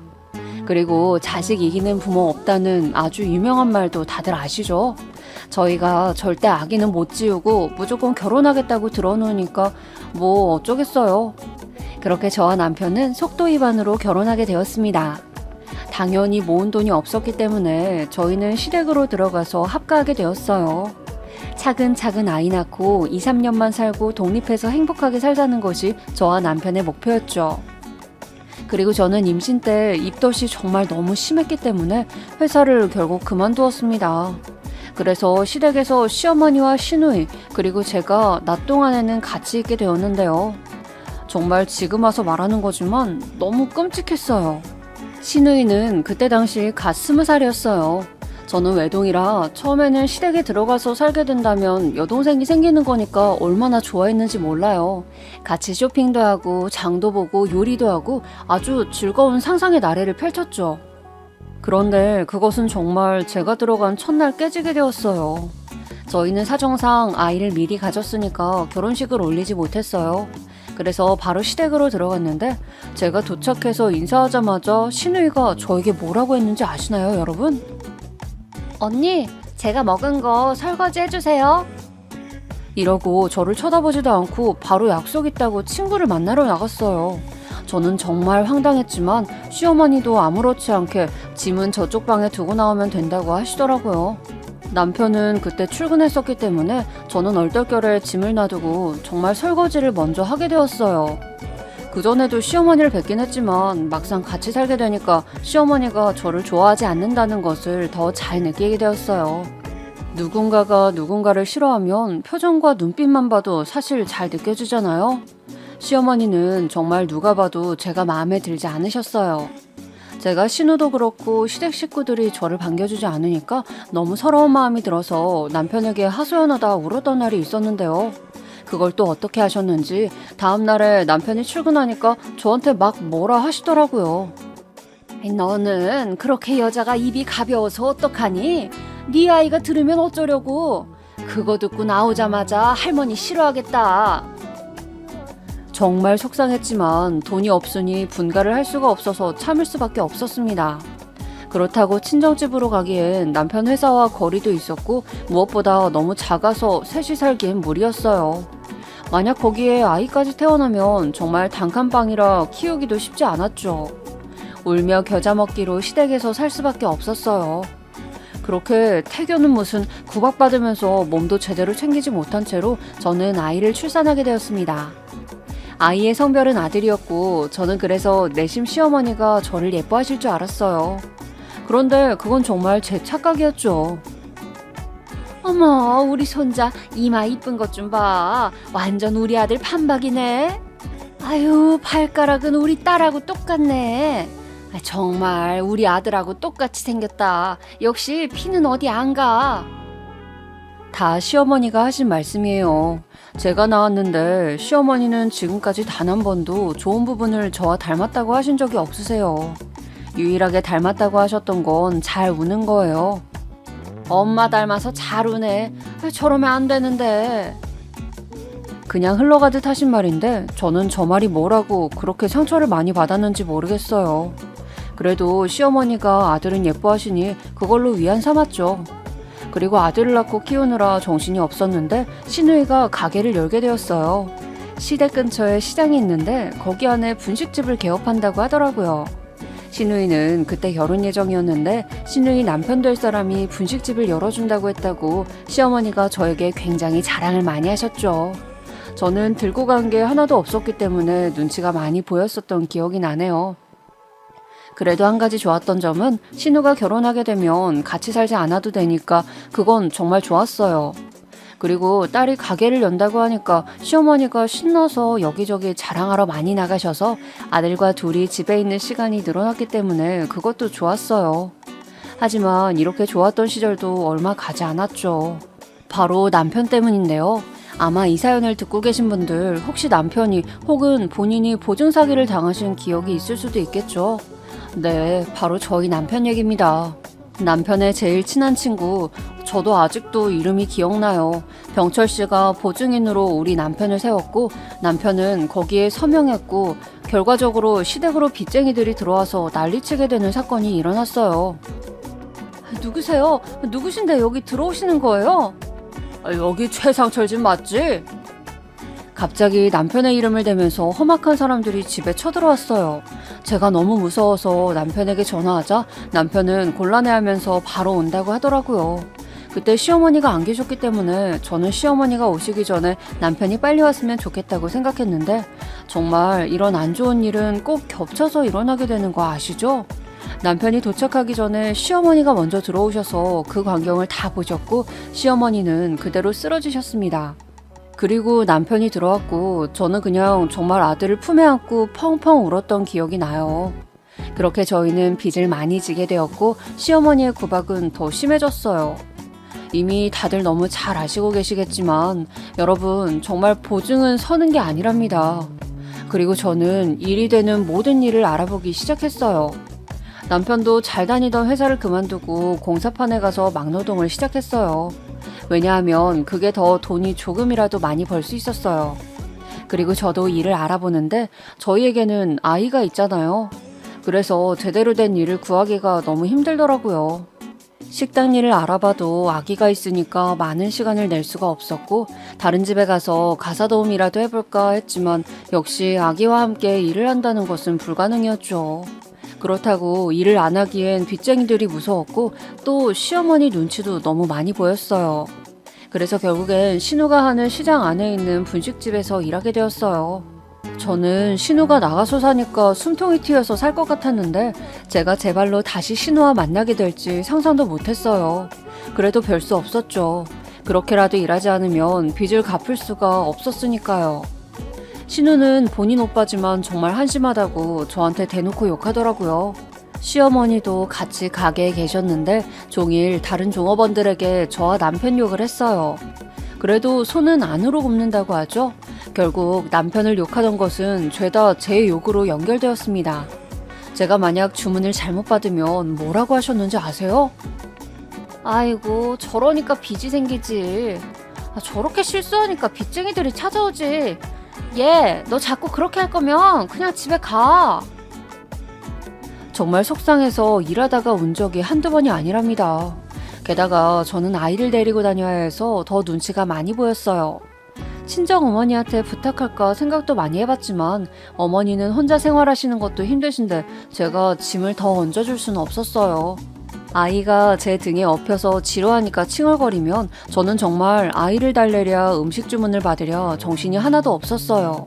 그래도 그만둘 수는 더 없었기 때문에 정말 울면서 일했죠. 가끔 주문을 잘못 받거나 음식을 흘리거나 하면 시어머니와 신우는 큰 소리로 제 잘못을 지적했어요. 그럴 때마다 내가 여기서 왜 이러고 있나 생각도 들고 그냥 어디론가 사라지고 싶었어요. 또 신우 가게가 시장 안에 있었거든요. 그래서 회전율이 정말 빨랐어요. 종일 계속 손님들이 오니까 1초도 제대로 쉴 수가 없었어요. 그러다 아이가 점점 자라서 걸음마를 떼게 된 시기가 왔습니다. 아이를 키워보신 분들은 잘 아실 텐데요. 아이들은 정말 조금만 쳐다보지 않아도 그대로 사라지는 거 누구보다 공감하실 수 있으시죠? 저는 그날이 아직도 기억이 생생합니다. 주문을 받고 계산을 하고 가게를 봤는데 아이가 있어야 할 자리에 없는 거예요.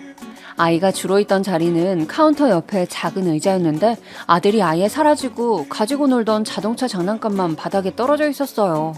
파란색 작은 버스 장난감을 의자에 올려두고 가게 안을 둘러봤는데 아이가 정말 없더라고요. 어머님, 혹시 은석이 못 보셨어요? 분명 아까까지 여기 있었는데 애가 어디로 갔는지 안 보이네요. 지금 그게 중요해? 손님 왔다. 빨리 가서 주문 받아. 아니, 지금 은석이가 어디 갔는지 보이질 않아요. 어디 놀러 갔겠지. 너 지금 뭐하니 정말? 은석아. 저는 정말 아들이 사라진 것을 확인하고 너무 손이 떨리고 심장이 쿵쾅거리고 눈물이 나오기 시작했어요. 온몸을 벌벌 떨며 그대로 가게를 나와서 시장 안을 샅샅이 뒤졌죠. 그래도 아들은 보이지 않았어요.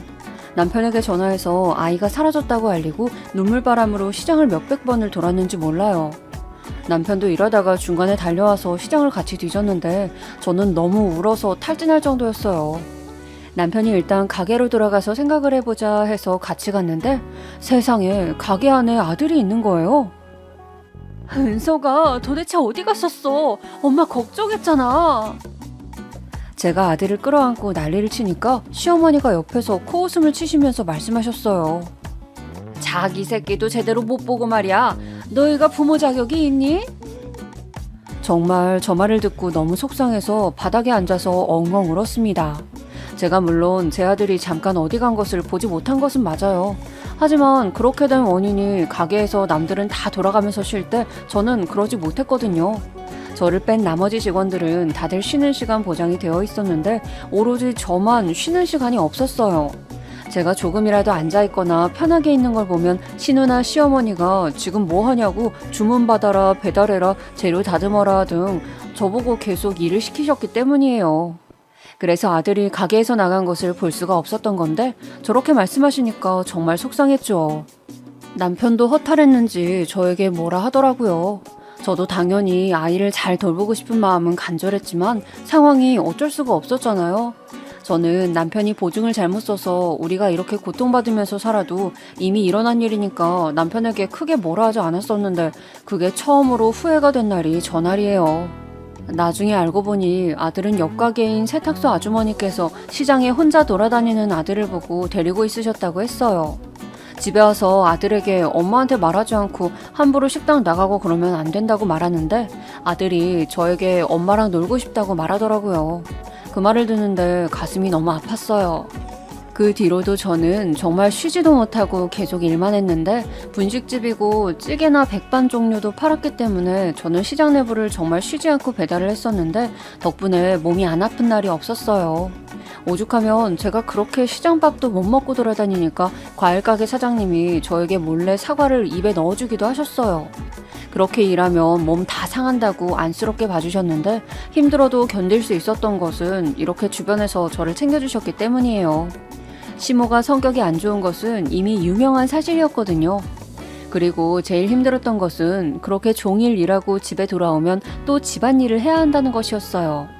힘들게 일하고 들어와서 청소기를 돌리고 요리하고 씻고 아이를 돌보고 정말 몸이 두 개였으면 좋겠더라고요.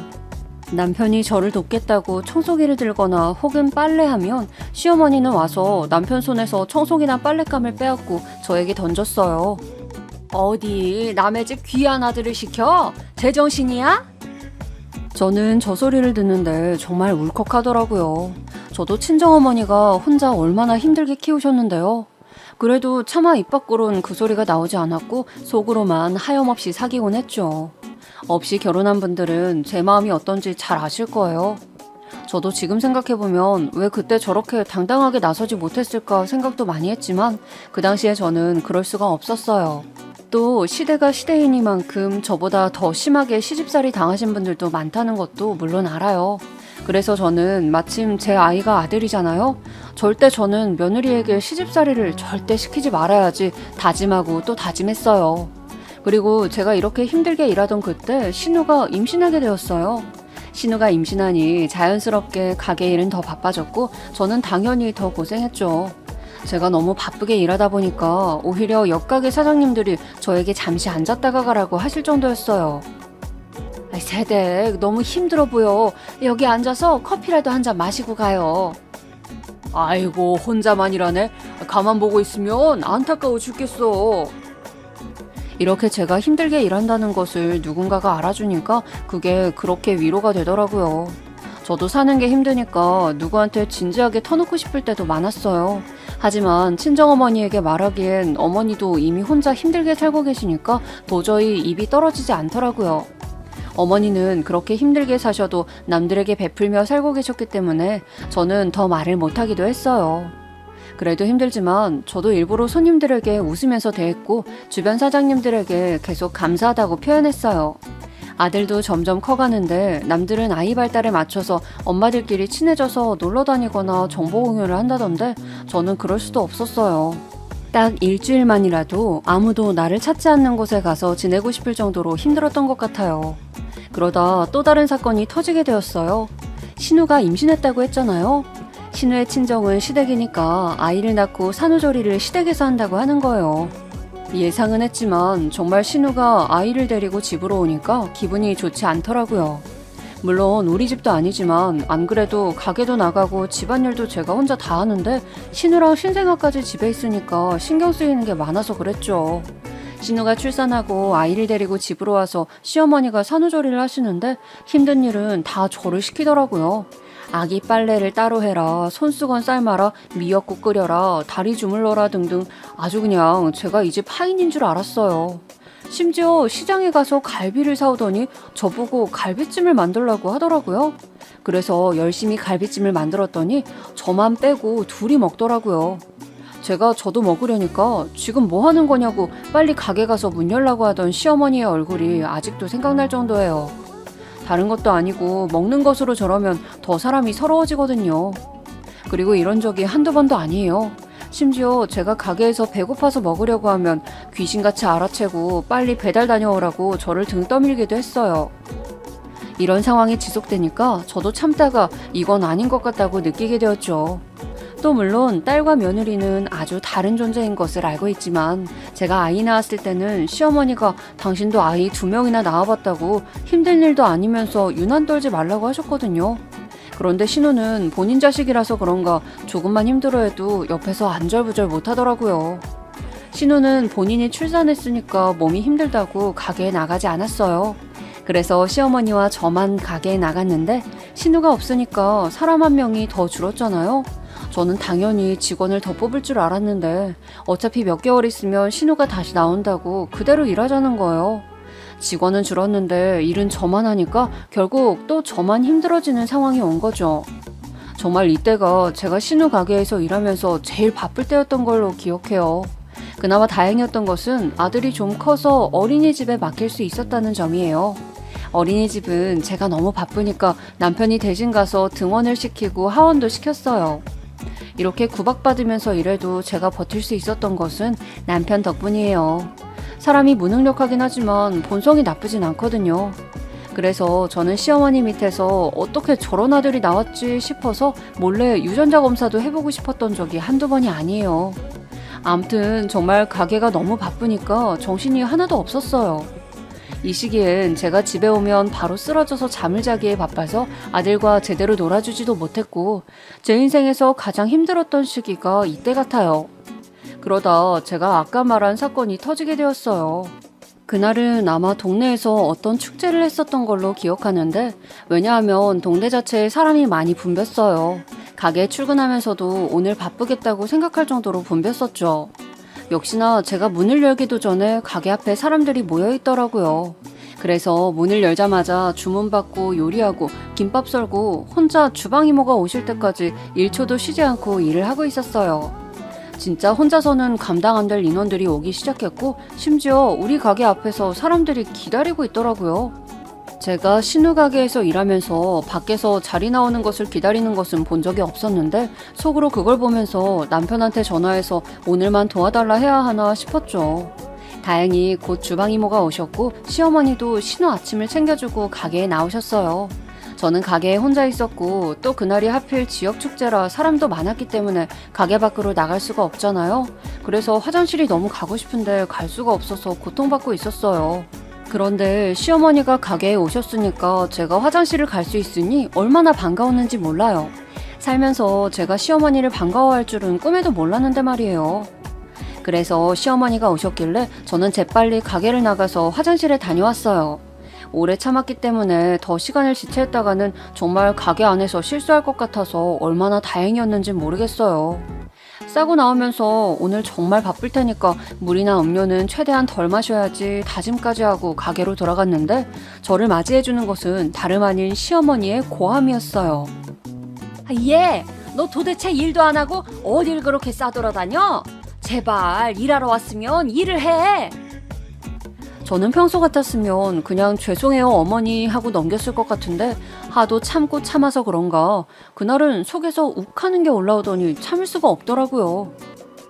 화장실 다녀온 거예요. 오늘 오전에 정말 바빴어요. 가게에서 실수할 순 없잖아요. 뭐? 아니 뭘 잘했다고 지금 말대꾸야? 화장실? 기저귀라도 차고 일해. 시어머니는 저렇게 말하고 본인 가방에서 기저귀를 꺼내서 제 얼굴에 던지셨어요.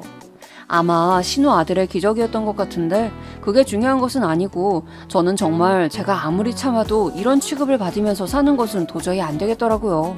그리고 저 장소가 시장 안에 있는 가게였고 그날따라 사람도 아주 많았다고 했잖아요. 사람들 다 보는 앞에서 저러니까 얼마나 창피했는지 모르겠어요. 주방 이모, 계산하려는 사람, 주문하려는 사람, 이미 밥을 먹고 있던 사람들 다 저를 쳐다봤어요. 진짜 너무 서럽고 창피하고 복합적인 감정이 들면서 심장이 미친 듯이 쿵쿵대더라고요. 그리고 온몸이 정말 사시나무처럼 벌벌 떨리면서 눈물이 계속 나오더라고요. 그리고 막 주변에서 어머 어떡해 이런 소리도 들리니까 진짜 창피하고 그 자리를 벗어나고 싶었어요. 그동안 시집살이가 심해도 견디고 견뎠는데 아무리 생각해도 이건 아닌 것 같았죠. 뭐하고 서 있어? 빨리 가서 주문 받아. 아휴 일도 제대로 못하고 잘하는 게 뭐야. 저는 저 소리를 듣고 앞치마를 벗어서 의자에 걸고 그대로 가게를 나왔어요. 시어머니가 뒤따라오는 소리가 들리자 정말 미친 듯이 뛰어서 시댁에 도착했죠. 신우가 가게는 어떡하고 집에 왔냐고 하길래 잘난 네 엄마랑 평생 살라고 속 시원하게 한마디 해주고 제 중요한 집만 챙겨서 바로 아들의 어린이집으로 가서 아들을 데리고 나왔어요. 그리고 아들을 데리고 친정으로 무작정 찾아갔더니 친정엄마는 일을 가신 건지 집에 없더라고요. 혼자 그렇게 아들을 안고 얼마나 울었는지 모르겠어요. 그렇게 밤이 되었고 친정어머니가 집에 들어오셨죠. 엄마는 저를 보고 많이 놀라셨지만 차마 막상 엄마 얼굴을 보니까 시어머니 구박에 못 이겨서 친정에 왔다는 말이 전혀 나오지 않더라고요. 제가 그 얘기를 하면 어머니는 누구보다 속상해하실 것이 눈에 보이니까 그냥 아무렇지 않게 아들이 외할머니를 보고 싶어 해서 왔다고 했어요. 그래서 그렇게 넘기고 다음 날이 되었는데 어머니는 건물 청소하는 일을 하셨거든요. 그래서 새벽부터 나가셨어요. 그렇게 힘들게 일하시는 어머니를 보니까 또 마음이 약해지더라고요. 아무리 힘들어도 그냥 참고 버티는 것도 좋은 방법일까 생각도 들었죠. 그런데 전화가 오길래 받았더니 남편이었어요. 생각해보니 제가 너무 급하게 아들만 데리고 친정에 오느라 남편에게 알리지 못했더라고요. 여보, 이게 무슨 일이야? 당신 친정으로 간 거야? 어머니 어제부터 계속 화가 엄청 나셨어. 도대체 무슨 일이 있었길래 이래? 어제 당신 엄마가 내 얼굴에 기저귀 던졌어. 그것도 사람들이 다 보는 앞에서. 내가 이런 취급받으면서 당신 집에서 살아야 해? 무슨 오해가 있었나 봐. 여보 알겠으니까 일단 집에 와서 어머니 화 가라앉히고 나랑 얘기하자. 무슨 소리를 하는 거야? 당신 내 생각은 전혀 안 해? 저는 남편이 저렇게 말하니까 너무 속상해서 전화를 끊고 아들을 끌어안고 엉엉 울었어요. 세상에 내 편은 정말 없는 건가 생각도 들었고 사실 현실적인 문제도 계속 저를 압박하기 시작했어요. 친정에 언제까지 계속 있을 수도 없고 그렇다고 제가 아들을 데리고 어디 갈 수도 없으니까요. 진지하게 어디 시설에 가야 하나 생각도 했고 아예 지방으로 내려가서 아무도 모르는 곳에 가서 시작할까 진지하게 생각하기도 했어요. 아들은 제가 계속 우니까 울지 말라고 애교를 부리는데 그걸 보면서 정말 가슴이 찢어지는 줄 알았어요. 그러면서 난생 처음 성공하고 싶다는 생각이 들게 되었습니다. 나도 성공해서 남들 눈치 보지 않고 돌아갈 집도 있고 화장실 정도는 여유 있게 갈 수 있는 그런 사람이 되고 싶어졌어요. 혼자서 그렇게 생각하는 동안 친정어머니는 제가 왜 친정에 있는지 눈치채신 것 같았지만 끝까지 아는 척을 안 해주셨어요. 지금 생각하면 그저 감사한 마음뿐이에요. 그리고 남편이 친정집으로 찾아와서 저한테 같이 가자고 계속 설득했어요. 저는 당신이 나를 막아줄 것도 아니고 나는 이대로 더 못 산다고 했더니 본인도 정말 정신 차렸다고 꼭 독립하자고 며칠 동안 찾아와서 말하더라고요. 그래서 다시 시댁으로 들어가게 되었어요. 들어갔더니 예상대로 시어머니는 저를 보자마자 손에 들고 있던 사과를 던지셨어요. 나가라고, 여기가 어디라고 오냐고 소리를 지르셨고 남편은 그런 어머니를 말리고 그 소리에 신우 아기가 깨서 울고 신우는 그만하라고 뭐 하냐고 하고 제 아들은 저를 붙잡고 울고 이 모습을 여러분들에게 보여드리고 싶네요. 그래도 이상하게 예전과 마음이 달라져서 그런 걸까요? 더 이상 상처받지 않았어요. 성공하고 싶다는 욕망과 의지가 있으니 아무것도 두렵지 않았어요. 그리고 그 뒤로 정말 악착같이 돈을 모았습니다. 남편이 벌어오면 원래 시모가 관리했었는데 남편은 저에게 몰래 돈을 뺏어 주기 시작했고 저도 가게 일을 하면서 가게 가기 전에 우유 배달도 하고 인형 눈 붙이기라고 들어보셨나요? 그런 것도 하고 온갖 일을 다 했어요. 동네 세탁소에서 일감을 받아서 수선도 했었고 제가 가게에 나가지 않는 요일이 수요일이었거든요. 그때는 남의 집 가서 청소도 하고 정말 돈이 되는 일이면 다 했었던 기억이 나요. 물론 시어머니는 제가 돌아온 이후 더 시집살이를 많이 시키셨고 노골적으로 저를 더 괴롭히셨어요. 그런데 저는 시어머니를 신경 쓸 겨를이 없었어요. 신우도 산후조리가 끝나자마자 집을 나갔지만 종종 집에 와서 저를 어찌나 부려먹었는지 몰라요. 그리고 신우 아이도 아들인데 우리 아들하고 비교를 어찌나 하던지 정말 딸이나 엄마나 똑같다는 생각을 많이 했어요. 그렇게 또 몇 년이 지났고 아들이 초등학교에 들어가기 전에 남편과 저는 독립했습니다.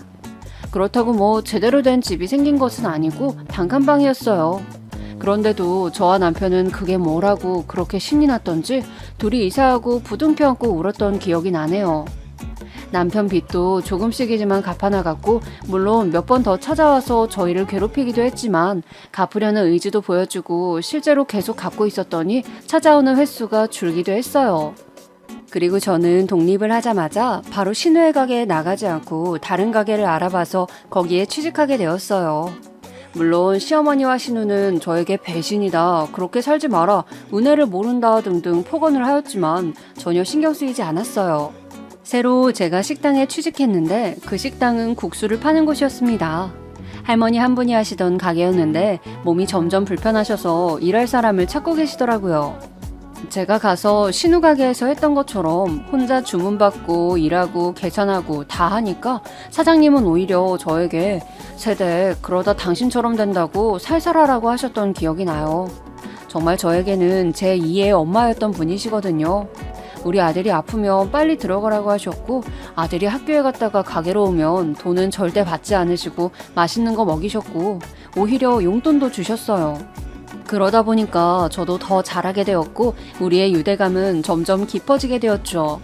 둘이 일하니까 얘기도 많이 했었는데 제가 시댁 얘기를 꺼냈더니 사장님은 저한테 아직 젊은데 고생이 많다고 하시길래 손을 붙잡고 울었던 기억도 나요. 그리고 사장님은 늘 저한테 월급보다 돈을 더 챙겨주셨어요.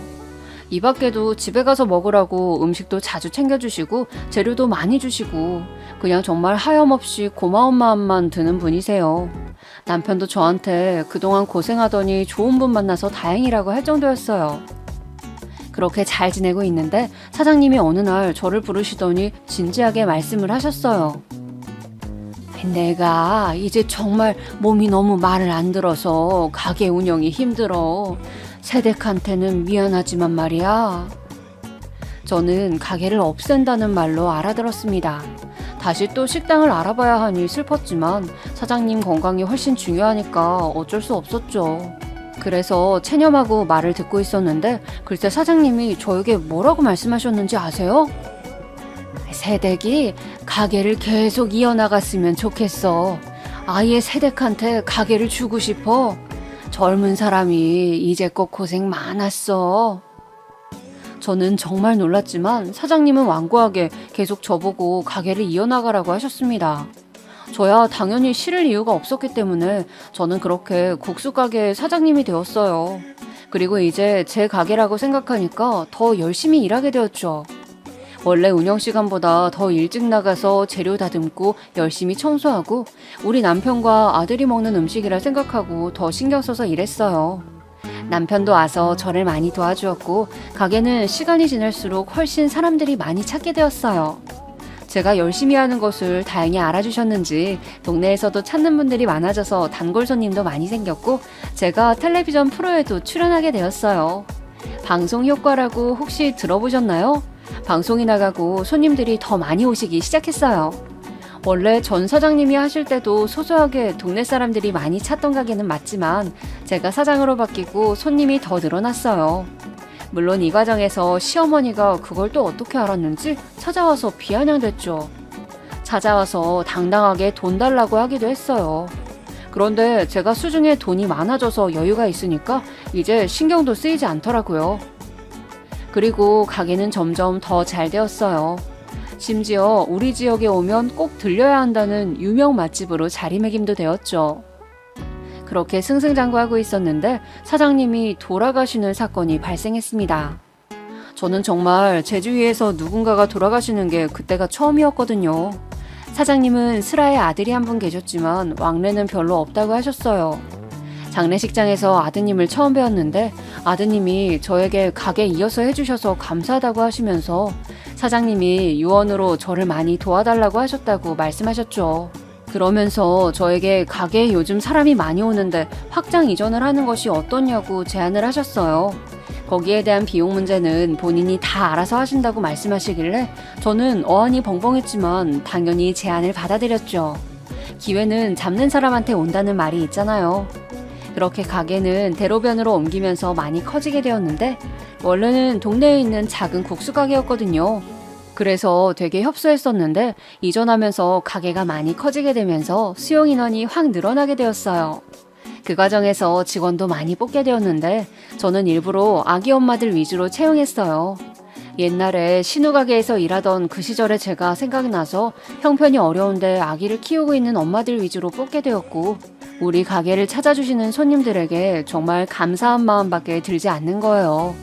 저한테 직원들이나 손님들이 사장님이라고 부르는데 처음엔 어색해서 불러도 저를 부르는지 생각하지 못했던 기억이 나요. 그렇게 열심히 일했던 것에 보상을 받게 되면서 당연히 우리 집도 단칸방을 탈출해서 아파트로 이사가게 되었죠.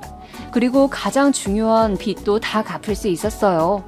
빚을 다 갚는 날 저는 상상 속에선 막 방방 뛰고 좋아서 미칠 줄 알았는데 막상 다 갚고 갚을 돈이 없다는 것을 깨닫게 되자 약간의 허탈함도 있더라고요. 물론 기분은 너무 좋았지만 그동안 이걸 위해 그렇게 기저귀로 얼굴도 맞고 화장실도 제대로 못 가면서 고생했지라는 생각이 들어서 그랬던 것 같아요. 그리고 돈이 점점 생겨서 사실 처음엔 어색하기도 했어요. 예전에는 콩나물 한 봉지만 사도 종일 가격 비교하고 그랬었는데 이제는 전혀 그러지도 않으니까요. 또 친정 어머니도 우리 아파트 단지로 이사 오게 했습니다. 혼자 저를 키우면서 얼마나 힘드셨을지 생각하면 마음이 정말 아프거든요. 제가 아이를 키워봐서 그런가 이제 엄마 마음이 뭔지 조금은 알 것 같은 기분이 들어요. 남편은 원래 사람 자체가 순하고 착해서 같이 살기엔 너무 좋아요. 단점이라면 그 착한 게 본인 가족들한테도 해당된다는 점이라고 할까요? 사실 저는 시댁에서 나오고 나서 명절에도 시댁에 가지 않았거든요. 그런데 남편은 아이를 데리고 시댁에 꾸준히 가긴 했어요. 물론 그것까진 저도 뭐라 하지는 않았죠. 왜냐하면 아무리 그래도 시모와 신우는 본인 가족이니까요. 그런데 남편이 저한테 어느 날 신우 가게가 망했다고 하더라고요. 사실 아예 예상하지 못했던 사실은 아니랍니다. 신우는 손님 대할 줄을 몰랐고 시모는 직원 대할 줄을 몰랐었거든요. 여러분들도 어디 식당에 갔을 때 친절하지 않거나 혹은 직원한테 하대하는 사장님을 보면 불편함을 느낄 때가 있잖아요. 신우는 워낙 기분파여서 손님에게 짜증을 내는 경우도 많았고 시모는 저를 포함한 직원들에게 워낙 뭐라고 하는 경우가 많았어요. 물론 둘은 저한테 제일 구박을 많이 했었고요. 그게 다 티가 나니까 손님들이 점점 발길을 끊었고 시장 내에서도 더 찾지 않게 된 것 같았어요. 저는 일부러 독립하고 그 시장에 가지도 않았지만 나중에 성공하고 남편과 우연히 들리게 됐을 때가 있었어요. 그때 제가 자주 배달을 가던 세탁소와 수선집 그리고 젓갈을 팔던 젓갈집과 유독 저를 예뻐하셨던 과일가게 사장님을 뵙고 왔었는데요. 그때 사장님들이 저에게 그때 고생하더니 지금 잘 사는 거 보니까 당신들 마음이 너무 편하다고 하셔서 제가 오히려 감사하더라고요. 그리고 시장을 걷는데 아들을 잃어버렸던 것도 기억이 나고 그냥 그 시절에 제가 많이 생각이 나서 마음이 아팠어요. 그리고 그 기억을 가지고 우리 가게로 돌아와서 더 열심히 일하고 친절하게 하고 무엇보다 직원들한테도 잘하려고 했죠. 물론 시어머니는 정말 끈질겨서 저에게도 연락이 매우 많이 왔었는데 제가 가게 때문에 정신이 없어서 시모나 신우가 찾아오거나 연락해도 사실 대꾸할 시간이 없었어요. 그러던 어느 날 시모가 저에게 찾아와서 진지하게 말을 하는 거예요. 나랑 명진이가 여기서 일하면 안 되니? 우리가 이미 가게 해봐서 잘 알잖아. 너도 그럼 우리가 도와주니까 얼마나 편하겠어? 어머니, 저 지금도 아주 멀쩡하게 일 잘하고 있어요. 괜찮아요. 아니, 가족끼리 서로 돕고 사는 거 모르니? 정말 해도 너무하네. 그리고 너는 시어머니한테 어떻게 그렇게 대하니? 정말 경우 없다. 이제 좀 사니까 뭐가 먼저인지도 모르는 거냐? 어머니, 그럼 오늘부터 일하세요. 그런데 어머니 기저귀 차고 일할 수 있어요? 우리 너무 바쁜데 말 안 하고 화장실 가기만 하세요. 바로 해고해요. 제가 저렇게 말하자 시어머니는 얼굴이 빨개진 채로 저에게 고래고래 소리를 지르더라고요. 예전 같았으면 시어머니가 저에게 소리를 지르면 너무 당황해서 혼자 울었을 텐데 이제는 그냥 웃기기만 하더라고요. 시어머니가 막 화나서 저한테 삿대질하면서 난리를 치길래 한마디 더 했어요. 영업방해로 신고하기 전에 나가세요. 제가 저렇게 말하자 시어머니는 영업방해? 하면서 저한테 막 달려들더라고요. 다행히 남편이 옆에 있어서 시어머니는 그렇게 가게 밖으로 끌려나갔어요. 직원들이 저에게 사장님 괜찮냐고 물었는데 저는 너무 괜찮았고 오히려 통쾌하고 너무 웃음이 계속 나오더라고요. 제가 이런 날을 기대하며 평생을 살았나 생각이 들 정도로요. 그렇게 시모는 끌려나갔고 저는 정말 다시 찾아오면 경찰에 신고하려고 생각했어요. 그런데 시모는 안 왔고 신우한테 전화가 오더라고요. 전화해서 언니 정말 너무한다고 아무리 그래도 시댁인데 무서운 게 없냐고 또 난리를 치더라고요. 시어머니도 시어머니지만 신우도 저한테 얼마나 얄밉게 했던 적이 많았는지 모르겠습니다. 그래서 저도 더 지지 않고 말했죠. 아가씨, 가게 망했다면서요? 우리 가게 와서 설거지 할 거면 해요. 신우는 자존심이 상했는지 저에게 욕하고 난리가 아니었어요. 참, 그리고 신우는 가게가 망하고 남편과 사이가 안 좋아져서 이혼하게 되었거든요. 그래서 당장 생활비가 급하니까 시모랑 둘이 우리 가게에서 일하려고 했었나 봐요. 사실 뭐 본인들이 써달라고는 하지만 시어머니 말하던 거 보셨죠? 분명 자기들이 와서 주인 행세를 했을 거예요. 그러고도 남을 사람이거든요. 만약 저에게 신혼 때나 제가 신우 가게에서 일할 때 잘해줬었다면 저도 당연히 사람이니까 잘해줬겠죠. 있을 때 잘하지라는 아주 유명한 말이 떠오르더라고요. 저렇게 시댁을 퇴치하게 되었고 저 뒤로는 둘 다 저에게 연락하거나 찾아오는 일은 없었어요. 아마 연락해봤자 본전도 못 찾게 될 걸 알아서 그랬나 봐요. 그리고 우리 친정어머니께서 저한테 늘 하셨던 말이 있었는데 어려울 때 서로 돕고 살아야 한다고 하셨거든요. 제가 어릴 때도 그랬지만 저희 어머니는 본인이 혼자 힘들게 청소하시면서 사셔도 늘 봉사하셨어요. 저도 그래서 여유가 생기고 나서 미혼모나 보육원 시설에 투자를 많이 하고 있습니다. 어릴 때 엄마가 저에게 착하게 살면 다 돌아온다고 하셨는데 제가 그렇게 고생하면서 살아서 하늘에서 국수가게 사장님을 저에게 보내주셨다고 생각해요. 친정어머니도 저한테 국수가게 사장님이 저의 귀인이라고 하시더라고요. 저도 그 말에 동의하고 그래서 아무리 바빠도 일부러 시간을 내서 사장님이 계신 묘지에 찾아뵙기도 해요. 제가 당한 게 있으니까 우리 직원들한테는 최대한 편의를 많이 봐주려고 하고 저도 잘하려고 노력하다 보니 직원들도 어찌나 일을 잘하는지 몰라요. 손님분들도 너무 감사하게 많이 찾아주시니 요즘 인생 사는 게 얼마나 즐거운지 모르겠어요. 이 사연을 듣고 계신 분 중 사는 게 많이 힘드신 분이 계시면 저를 생각하셨으면 좋겠어요. 기저귀를 얼굴에 맞고 제대로 끼니를 챙기지도 못해서 다른 가게에서 저를 안쓰럽게 여기실 정도였는데 결국 성공하게 되었잖아요. 여러분들도 열심히 사시면 분명히 하늘에서 그것을 알고 도와주실 거예요. 희망 잃지 마시고 다들 건강관리에 특히 유의하시면서 사시길 바랄게요. 여기까지가 제 사연입니다. 들어주셔서 정말 감사합니다. 다들 행복하세요.